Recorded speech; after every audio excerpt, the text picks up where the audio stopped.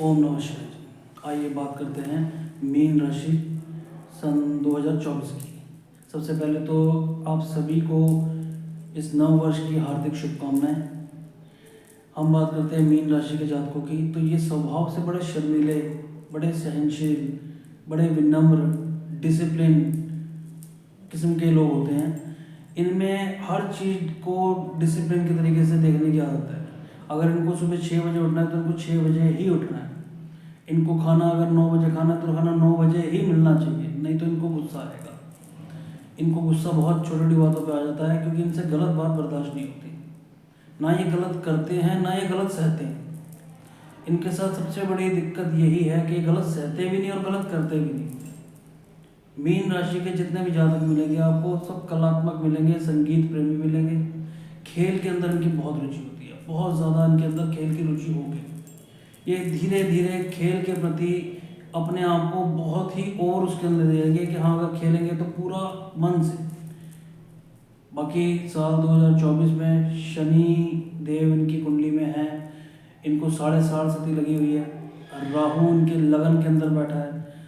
राहु लगन में बैठने से इनको दिक्कतों का सामना करना पड़ेगा। दो धारी तलवार के रूप में ये काम करेगा। इनको कभी तो लगेगा मुझे ये काम करना चाहिए, कभी लगेगा मुझे ये काम नहीं करना चाहिए। तो ये पजल रहेंगे, कई कामों के अंदर ये पजल रहेंगे। हम बात करते हैं इनके दाम्पत्य जीवन की, तो इनका दाम्पत्य जीवन सरल तरीके से चलेगा, कोई कठिनाई नहीं आएगी बिल्कुल भी।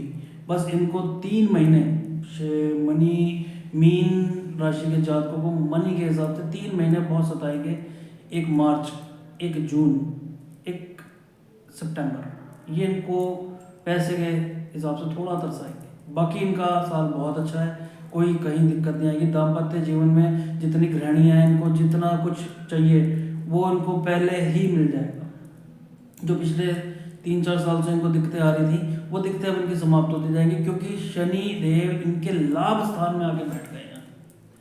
जो पहले इनको दिक्कत दे रहे थे, अब वो दिक्कतें खत्म होती नजर आएंगी इनकी, क्योंकि शनि देव जब लाभ स्थान में बैठ जाते हैं तब शनि देव बहुत देते हैं, छप्पर फाड़ के देते हैं।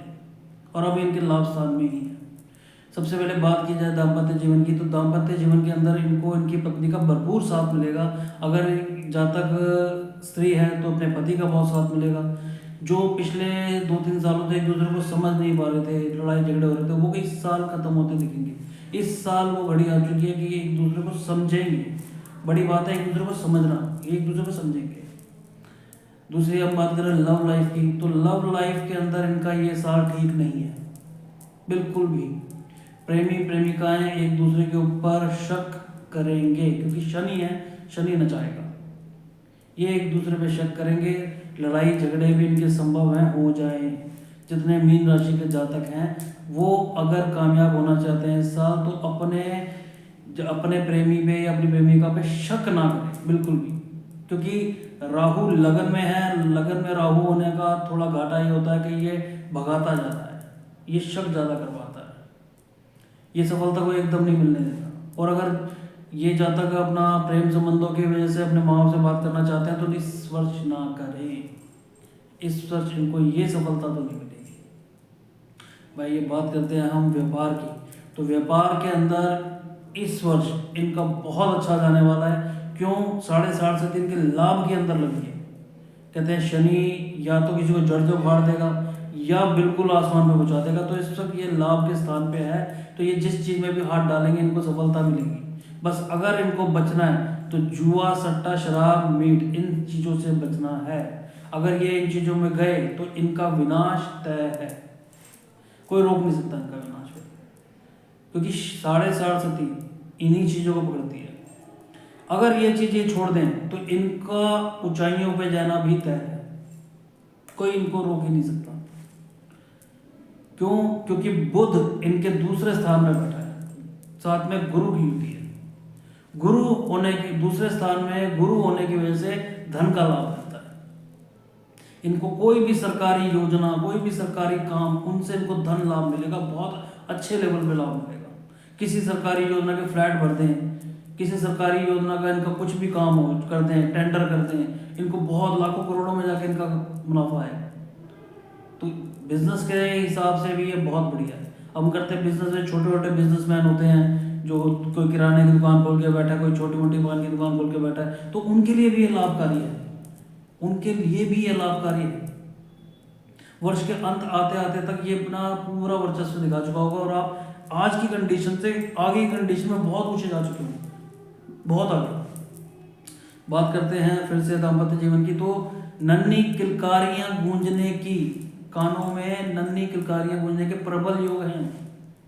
प्रबल योग है कि घर में कोई नन्हा मेहमान आए, यदि तो शादी होगी, विवाह होगा, नहीं तो जो जिनका विवाह पिछले वर्ष हुआ है, पूरे पूरे चांस है कि इस वर्ष मई जून जुलाई के अंदर कोई नन्हा मेहमान इनके घर आए, क्योंकि ये प्रबल योग इनके ऐसे बन रहे हैं, पूरे पूरे चांस है।